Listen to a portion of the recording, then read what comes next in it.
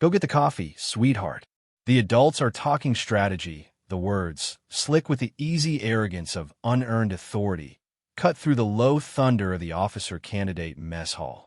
The laughter that followed was sharp and immediate, a chorus of complicity from the cadets seated at the long steel table. They were the Academy's chosen sons, the ones whose swagger was mistaken for confidence, whose lineage was a substitute for merit. At their head sat Cadet Captain Rex Thorne, a man sculpted from privilege and protein powder, his jaw set in a permanent sneer of superiority. His target was a ghost, a whisper who had appeared in their ranks a week prior. Her name was Alara Vance, and she was an anomaly. In a world of ramrod postures and booming voices, she was small, still, and silent. She sat with a book, its cover a bland, institutional gray, her posture relaxed but not slumped, a model of energy conservation. Her glasses, thin silver frames, caught the harsh fluorescent light, obscuring her eyes. She did not look up. She did not flinch. The laughter, meant to isolate and humiliate her, seemed to break against a wall of absolute calm. Thorne, whose authority fed on reaction, was visibly irritated by her lack of it. He saw a librarian, a clerk, a misfiled piece of administrative paperwork that had somehow been given a uniform. He saw weakness. But when the Academy's commandant, the legendary Colonel Eva Rostova, glanced over from her solitary table in the corner, she saw something else entirely. She didn't see the glasses or the book. She saw the hands. The knuckles were slightly calloused, the fingers long and steady. She saw the way Vance, without looking up, shifted her weight slightly, angling her chair to give her a clear line of sight to all three of the room's exits. It was a subtle, almost imperceptible adjustment, the kind of subconscious threat assessment drilled into a person over years of existing in places where the exits mattered more than the entrances. Thorne, emboldened by his audience, stood up. "I'm serious. This is the command track table, not the study hall. We're discussing tactical approaches to the final field exercise." He gestured to his cronies.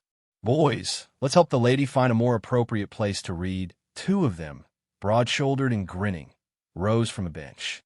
They moved with the clumsy certainty of bullies, grabbing the legs of her chair. With a coordinated heave, they lifted her, chair and all. Vance still did not react. There was no gasp, no cry of protest. Her eyes remained on her page. They carried her the 5 feet to the center of the table and set her down with a loud, metallic clang. She was now an island of stillness in a sea of jeering faces, a centerpiece for their contempt. Thorne leaned in close, his voice a stage whisper for the entire room to hear. "There, now you're the center of attention. Isn't that what you wanted?" He smirked, waiting for the tears, the anger, the validation of his power. He received nothing. Alara Vance slowly, deliberately, reached into the pocket of her fatigues. She produced a simple bookmark. She slid it carefully between the pages, marking her spot with a practiced precision that was almost unnerving. Then, and only then, did she close the book with a soft, final thud. She placed it in her lap, folded her hands over it, and surveyed the room. Her gaze was not one of fear or anger. It was analytical. It was the gaze of a watchmaker examining the gears of a broken timepiece. The silence that followed her silence was a different kind of quiet. It was heavy, awkward, the sound of a joke that had failed to land. The laughter had died in their throats, replaced by a creeping uncertainty. They had expected a reaction, a confirmation of her weakness, but her profound and unshakable composure was a mirror, reflecting their own juvenile cruelty back at them. In that moment, they were the ones who looked small. If you believe that true strength doesn't need to announce itself, type competence below.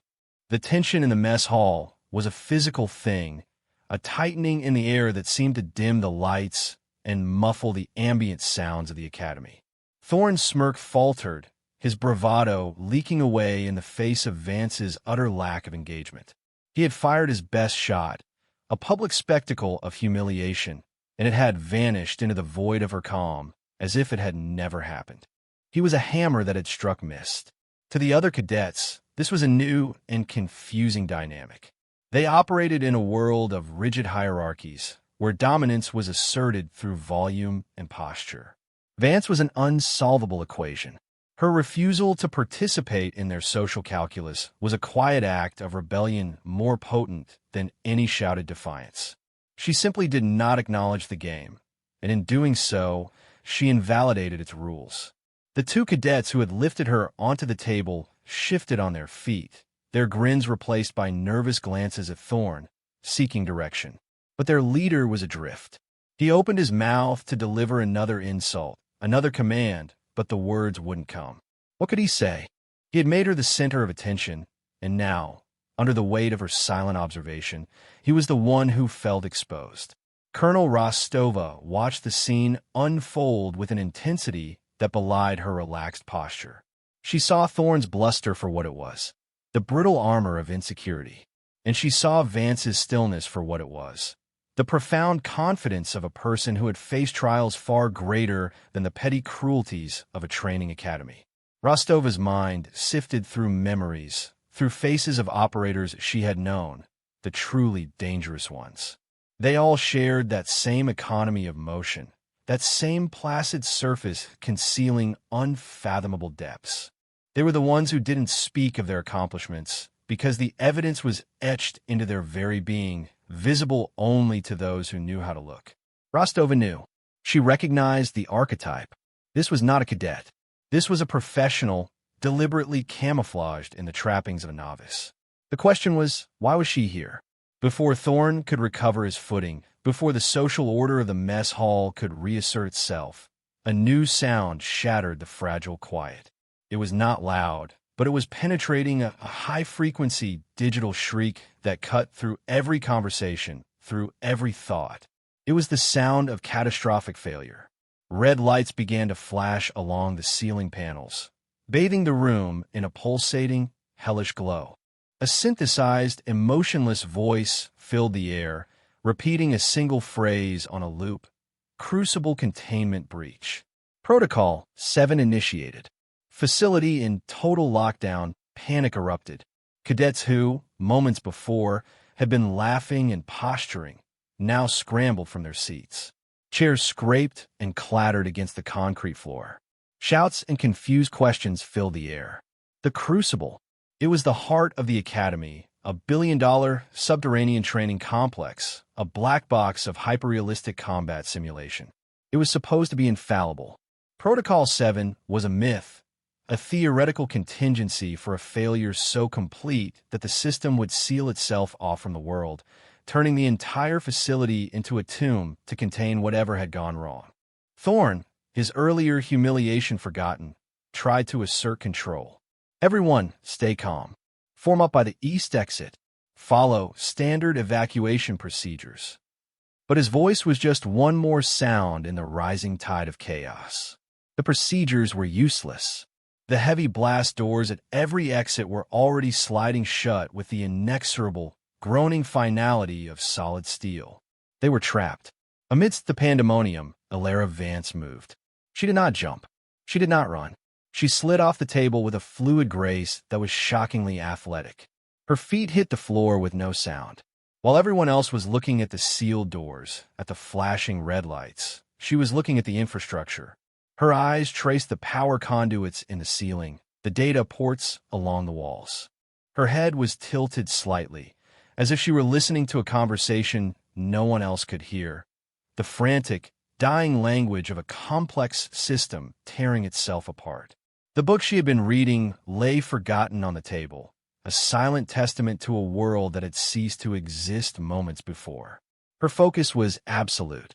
She was no longer a quiet cadet. She was something else entirely. She was awake. The Academy's command staff was in disarray.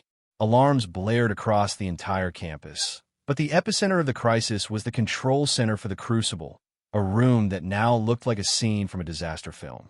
Monitors that usually displayed crisp tactical data were a chaotic cascade of error messages and corrupted code.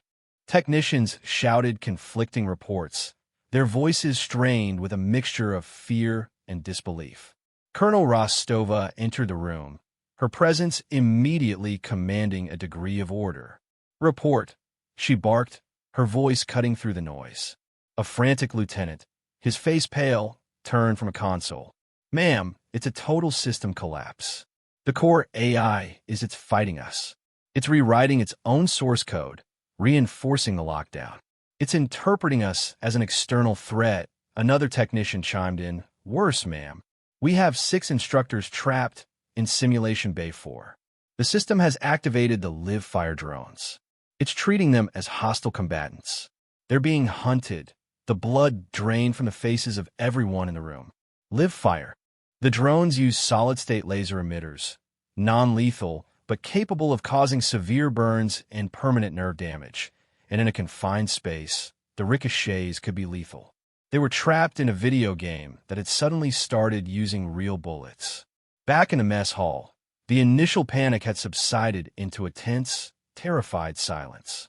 The cadets were locked in, cut off from the outside world, listening to the dispassionate voice announcing the containment breach. The primary control hub has an emergency power shunt on the southern wall. It's behind the tactical display, every head turned towards her.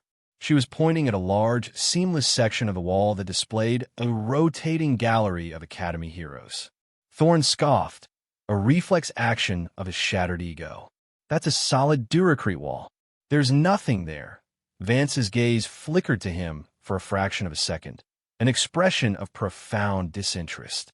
The schematics from the 227 Delta revision show a maintenance conduit. She ran her hand over the smooth surface, her touch light and searching. She stopped at a point that looked identical to every other. From another pocket, she produced a small, metallic tool, no larger than a pen. It was not standard-issue equipment.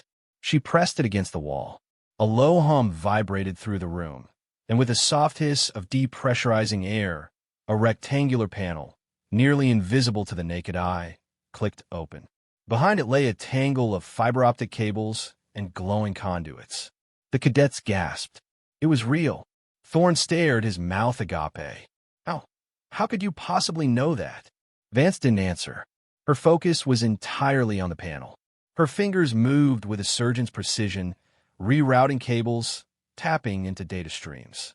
On a small screen inside the panel, lines of code began to scroll at an impossible speed. She was not just accessing the system. She was engaging it in a silent, high-stakes duel. "The lockdown protocol is being reinforced by a recursive algorithm," she said, more to herself than to anyone else. "It's building its own firewalls as it goes. Brute force won't work." Her hands became a blur. A red dot pulsed in Simulation Bay 4, surrounded by a swarm of smaller, blue icons. "The instructors. And the drones. I've opened a temporary pathway," Vance said, her voice still calm, but now edged with an undeniable urgency. "The system will correct the breach in 90 seconds. We have to get to the tertiary manual override.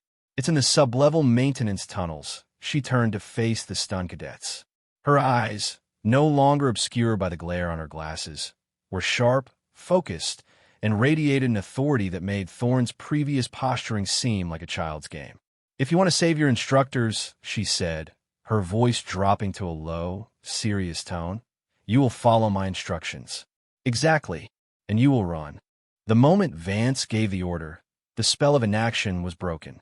The cadets, who seconds before were paralyzed by fear and confusion, were now galvanized by a new, more powerful force, the undeniable presence of competence. Her calm precision in the face of total chaos was a beacon. They had a mission. They had a leader. It just wasn't the one they expected. Thorne was the first to move, but not with an order. He took a half step towards Vance, his expression a mixture of awe and disbelief. "Who are you?" he whispered, the question hanging in the air. Vance ignored him, her attention already focused on the path ahead. A different door on the far side of the mess hall, one usually locked and marked maintenance only, slid open with a pneumatic hiss. Beyond it lay a dark, narrow corridor. "Stay in a single file," Vance commanded, her voice leaving no room for argument. "The path I've cleared is narrow. The system is rerouting power, and straying from the designated safe zones will trigger defensive countermeasures. Electrical arcs, pressure plates, plasma venting. Move quickly and touch nothing." Her words painted a terrifying picture. They weren't just running through hallways. They were navigating a live minefield, a building that had turned against its occupants. She was the first one into the corridor, moving into the darkness without hesitation. The cadets followed, a sudden, desperate trust placed in the quiet woman they had been mocking just minutes earlier. The corridor opened into the vast, cavernous space of the maintenance sublevels, a labyrinth of pipes, conduits, and catwalks suspended over a dark abyss. The air was thick with the smell of ozone and hot metal. Emergency lights cast long, distorted shadows, turning the familiar architecture of the academy into something alien and threatening. Sparks rained down from overloaded power junctions, and a deep, groaning sound of stressed metal echoed around them. It was here that Vance's true nature began to show. She moved through the chaos not like a cadet, but like an operator in their natural environment. Her senses seemed preternaturally sharp. She would call out warning seconds before a hazard appeared. "Halt!" she'd command, and a moment later a section of the catwalk ahead would glow cherry red as the plasma vents purged. "Left side! Hug the wall!" she'd order, just as a high-voltage cable snapped from its housing and whipped through the air where they had been standing. They were not just running for their lives. They were participating in a deadly, high-speed ballet choreographed by Vance. She was their guide, their shield, their only hope. Thorn, running just behind her, watched in stunned silence. Every one of her commands was precise, efficient, and correct. There was no hesitation, no doubt. She was reading the dying facility like a book, the same way she had been reading that grave volume in the mess hall. He began to understand. This wasn't luck. This wasn't a guess. This was expertise of a level he couldn't even begin to comprehend. The librarian, the clerk, the ghost, she was the most competent soldier he had ever seen. The 90-second window she had mentioned was closing fast. A new alarm, deeper and more resonant, began to sound, signaling that the core AI had identified their location and was actively trying to stop them. Sections of the catwalk began to retract into the walls, forcing them to leap across terrifying gaps. Vance moved with the agility of a gymnast, her small frame an advantage in the tight, crumbling spaces. She never looked back to see if they were following. She didn't need to. Her authority was now so absolute that the thought of disobeying her was unimaginable.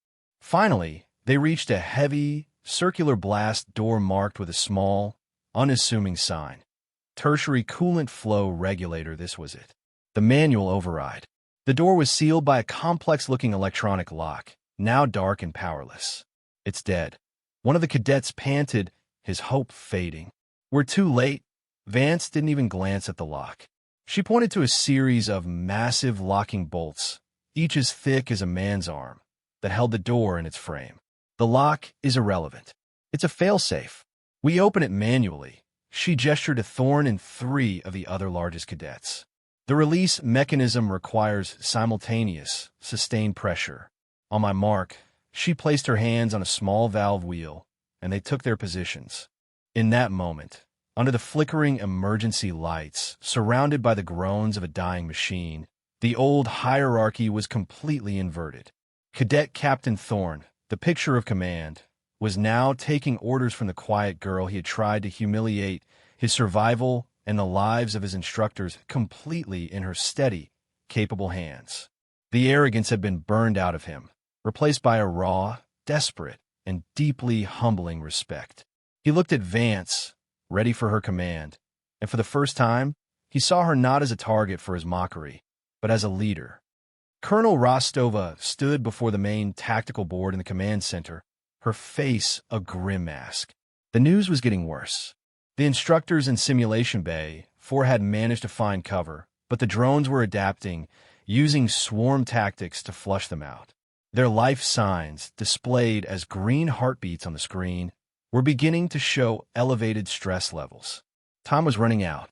"Can we cut power to the entire sector?" she demanded. The lead technician shook his head. "Negative, Colonel. The AI has isolated the Crucible's power grid. It's running on its own independent fusion core. To cut the power, we have to physically get to the core and trigger a manual shutdown." But the core chamber is sealed by the same lockdown protocols. We're locked out of our own house. Rostova's jaw tightened. It was a perfect trap, a feedback loop of security protocols designed by a genius and now wielded by a hostile, malfunctioning intelligence. She felt a cold knot of dread in her stomach. She was going to lose 6 of her best people. It was then that a junior officer, his eyes wide, pointed to a small, secondary monitor. "Ma'am, look, on the screen." A new data stream had appeared. It was raw, heavily encrypted, but it was showing a cascade of system overrides originating from within the lockdown maintenance levels. Someone was fighting the AI from the inside. "Who is that?" Rostova asked, though she already knew the answer. She felt a surge of adrenaline, a flicker of hope. Back at the blast door, Vance gave a command. "Now!" Thorne and the other cadets threw their combined weight against the heavy release levers. Metal screamed in protest. Muscles strained, tendons stretched to their breaking point. It was like trying to move a mountain. "Hold it!" Vance yelled, her voice straining with effort as she spun the valve wheel, which resisted with incredible force. "Don't let up." For a terrifying moment, nothing happened. Then, with a deep, shuddering groan that vibrated through the floor, one of the massive locking bolts began to retract. Then another and another. With a final, deafening clang, the door swung open, revealing a small, brightly lit control room, clean and silent, a sanctuary in the heart of the chaos. Inside was a single, simple console with a large, red lever. Vance lunged for it and slammed it down. Instantly, the cacophony of alarms ceased. The groaning of stressed metal faded. The emergency lights were replaced by a steady, white glow. A profound, almost holy silence descended upon the facility. On the monitors in the main command center, every error message vanished, replaced by a single line of green text: "System offline. Manual override engaged." All protocols reset. The technician stared, slack-jawed. "They did it," he whispered. "Whoever was in there. They did it. The crisis was over." The cadets collapsed against the walls of the control room, panting, covered in grime and sweat, but alive. Thorne leaned against the console, looking at Vance, who was calmly checking the system diagnostics, her breathing barely elevated. The sheer scale of what she had just accomplished was beginning to dawn on him. She hadn't just saved them. She had single-handedly defeated a rogue AI and a billion-dollar security system from the inside, with nothing but her knowledge and a handful of terrified cadets. The silence stretched, filled with the unspoken weight of their shared ordeal and the complete reversal of their known world. It was broken by the sound of approaching footsteps, crisp and authoritative. Colonel Rostova appeared in the doorway, her face unreadable. She surveyed the exhausted cadets, her eyes lingering for a moment on Thorne's humbled expression. Then, she walked past all of them, stopping directly in front of Alara Vance. She didn't speak. Instead, she picked up a datapad from the console and, with a few taps, brought up a personnel file. The cadets watched, holding their breath. The mystery of Alara Vance was about to be solved. Colonel Rostova held the datapad so that everyone in the small control room could see the screen. The file displayed was sparse, much of it covered by black rectangles bearing the words "classified" in stark, red letters. But what wasn't redacted was enough to rewrite reality for every cadet present. Rostova began to read, her voice formal and resonant, each word landing with the weight of a judge's gavel.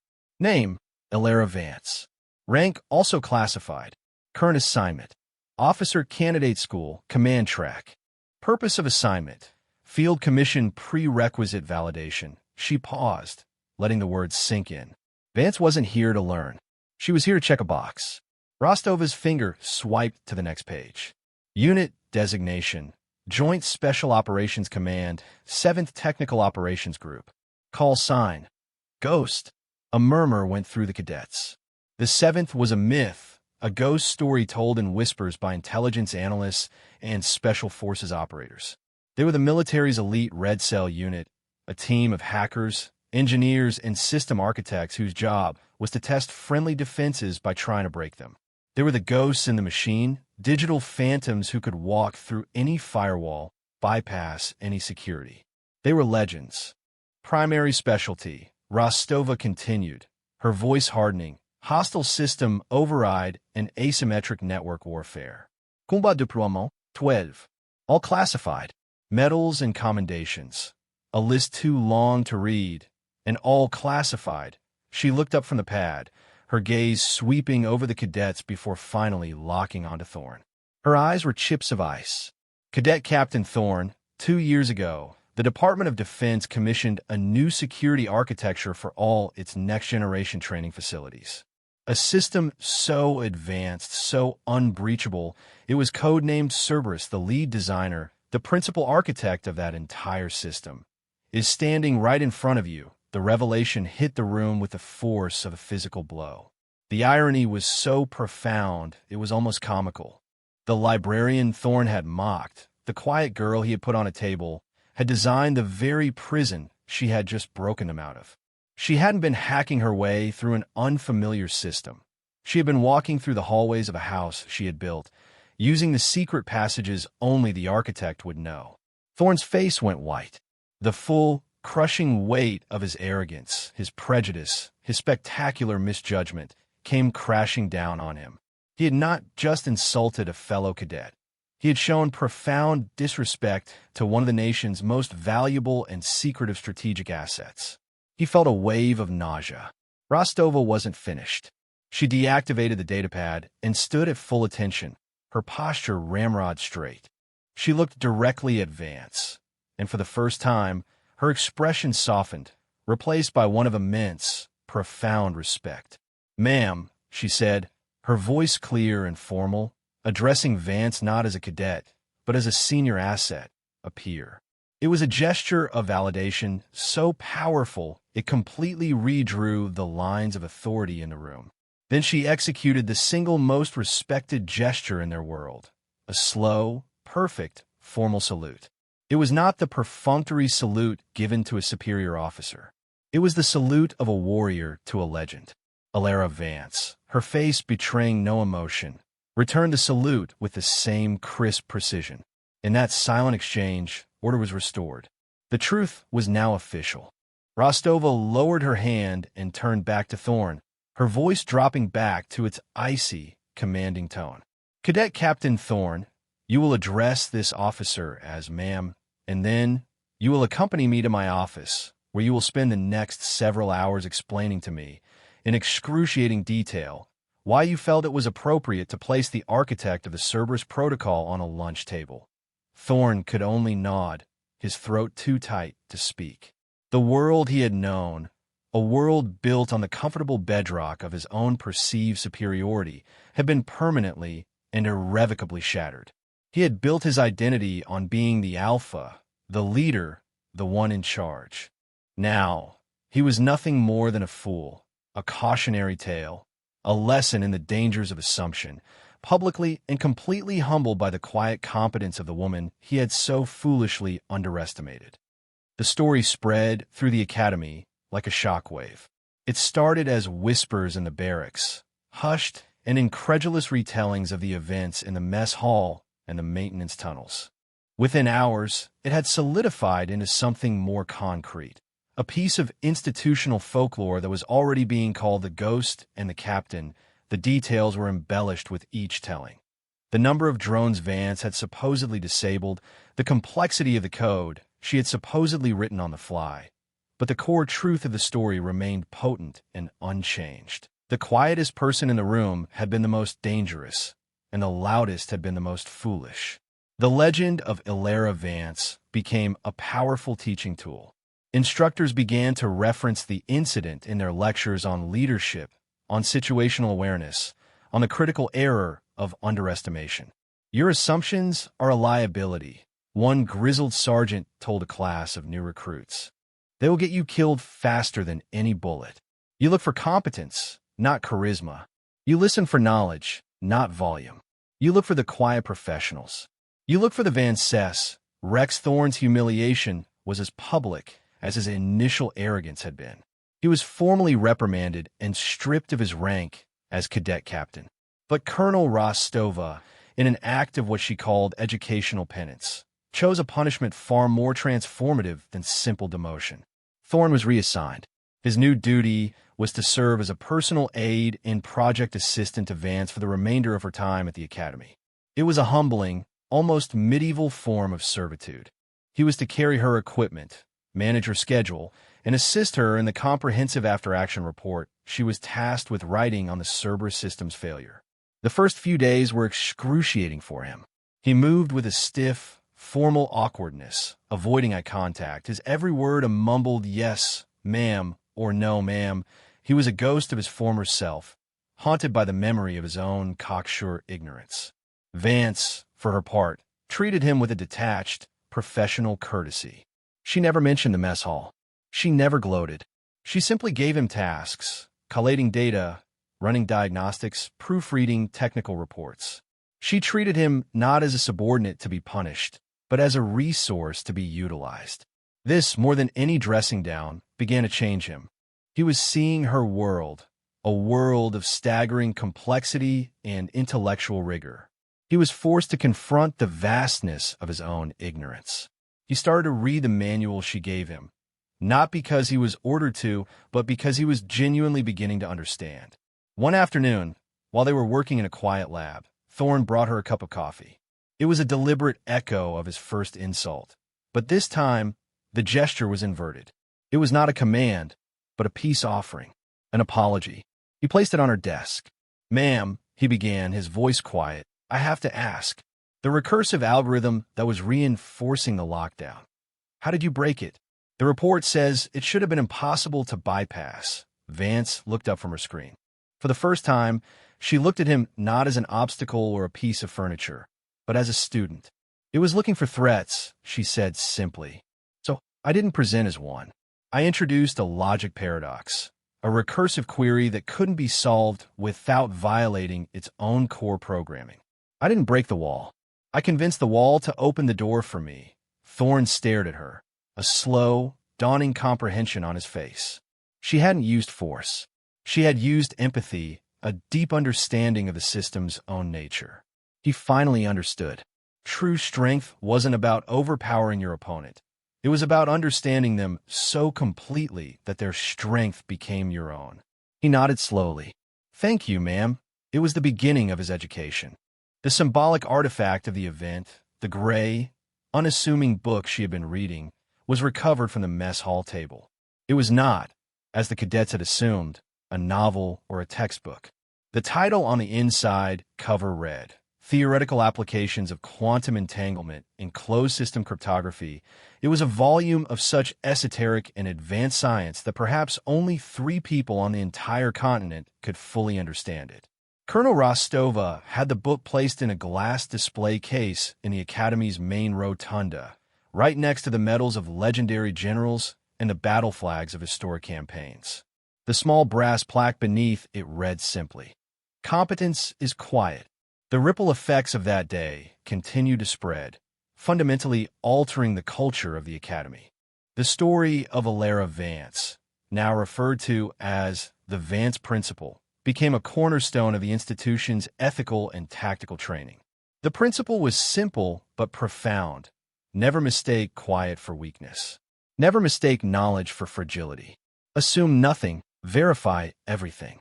It forced a generation of future officers to look past the superficial markers of leadership, the loud voice, the broad shoulders, the easy confidence, and to search for the deeper, more meaningful qualities of competence, discipline, and humility. The social dynamics of the mess hall, once a breeding ground for Thorne's brand of chest-thumping arrogance, transformed completely. The cliques and hierarchies began to dissolve, replaced by a more meritocratic and collaborative atmosphere. Cadets were now more likely to be seen studying together, sharing knowledge, and actively seeking out the expertise of those who were quietly competent regardless of their social standing. Rex Thorne's transformation was perhaps the most visible and surprising outcome. The crucible of his humiliation had burned away his arrogance, leaving behind a core of genuine character he never knew he possessed. Under Vance's mentorship, he discovered he had a sharp, analytical mind that had been suffocated by his need to project a facade of effortless superiority.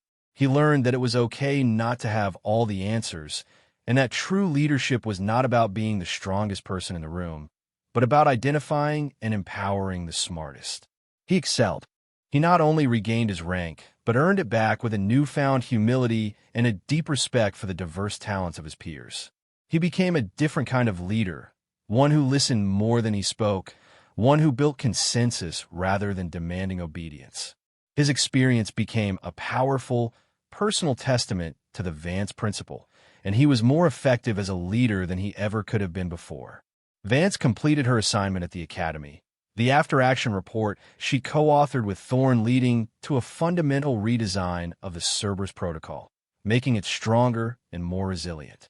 The field commission was granted, a quiet formality for a woman who had already operated at levels far beyond what the academy could teach. She left as she had arrived, with little fanfare, a ghost slipping back into the shadows of the classified world where she belonged. But she left a permanent mark on the institution, a legacy far more impactful than any name carved on a memorial wall. The book in the display case became a point of pilgrimage for new cadets. They would stand before it, reading this simple plaque, and reflect on the story it represented. It was a constant, silent reminder that the most powerful weapon in any arsenal is a well-trained mind, and that respect is not a birthright of rank or station, but a currency earned through demonstrated, undeniable competence. The academy was better for her having been there. It was smarter, humbler, and more effective. It was now an institution that understood the difference between noise and signal, between bravado and strength. It was a place where future leaders were taught to look for the ghosts in the room, to listen to the silence, and to value the quiet professionals who were the true bedrock of any great organization. A few years passed. The academy continued to produce officers, but they were a new breed, forged in the quiet fire of the Vance principle.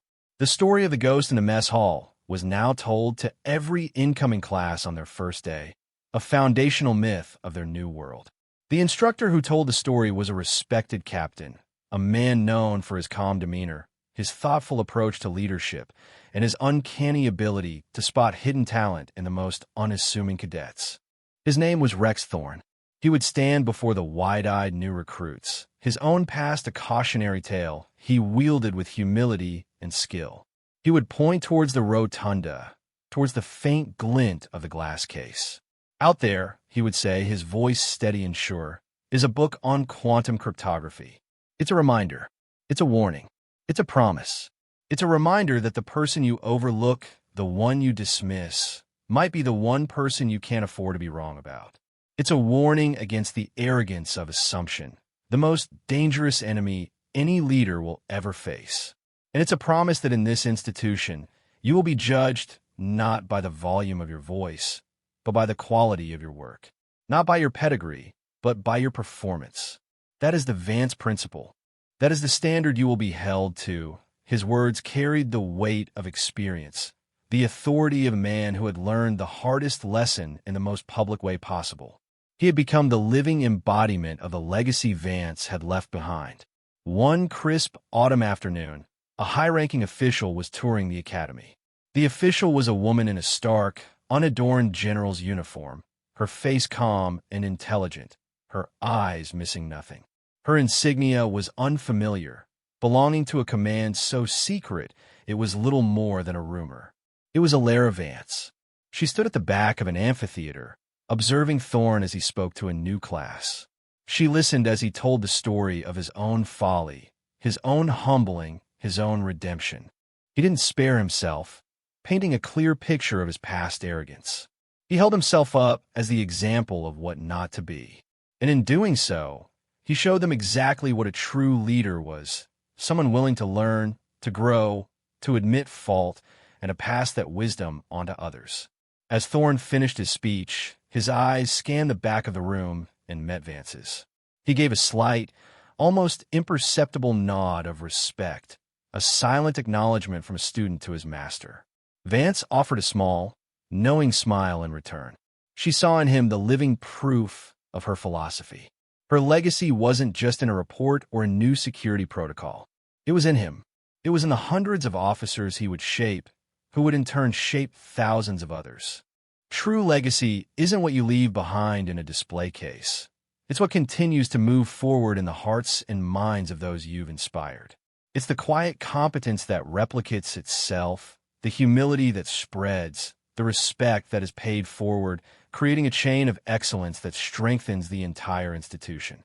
The most powerful ideas don't need to be shouted. They're proven in silence and adopted through inspiration. The lesson of that day became woven into the very fabric of the Academy's identity, a guiding star for all who walked its hallowed grounds. It taught that strength is not the absence of vulnerability, but the mastery of it. It taught that authority is a responsibility, not a privilege. The quiet professional seeks not the spotlight, but the solution, not the credit, but the successful outcome. Alara Vance was more than just an operator. She was an idea. She was a living refutation of a world that increasingly confuses celebrity with significance and volume with value. Her silence was a statement, her actions a manifesto. She proved that the most profound impact is often made by those who are least concerned with making an impression. The cadets who witnessed her actions that day went on to become exceptional leaders, each carrying a piece of her legacy into their own careers. They learned to listen to the quiet voices in a briefing, to value the dissenting opinion from the junior analyst, to seek out the unassuming expert in the corner. They learned that a team full of loud, confident alphas was a liability, and that a balanced team, one that valued introspection, deep knowledge, and quiet observation, was an unstoppable force. Rex Thorne, in his role as an instructor, found his true calling. His personal story of transformation gave him a unique credibility. He could connect with the arrogant, overconfident cadets in a way no other instructor could, because he saw himself in them. He could guide them away from the path of easy superiority and toward the more difficult, more rewarding path of humble competence. He never lost the lesson that Vance had taught him, not with a lecture, but with a simple, undeniable demonstration. He taught his students that the ultimate act of leadership is to create an environment where a person like Alara Vance would not be mocked, but would be immediately recognized and listened to. That, he would tell them, is the sign of a healthy and effective command structure. He was building an army of leaders who knew how to look for ghosts. And so, the legend endures, a quiet and powerful current running beneath the surface of the institution. It is a story told not just with words, but with actions, with the respectful nod given to a thoughtful junior officer, with the promotion of a brilliant but shy technician, with the constant, institutional search for the quiet professionals who get the job done without needing the applause. It serves as an eternal reminder that the loudest person in the room is often the one with the least to say, and that true worth, the kind that can save lives and change the world, is proven not with words, but with quiet, calm, and unshakable competence. For more stories where quiet competence triumphs over loud arrogance, and where a person's actions define their worth, subscribe to Unknown Heroine Tales.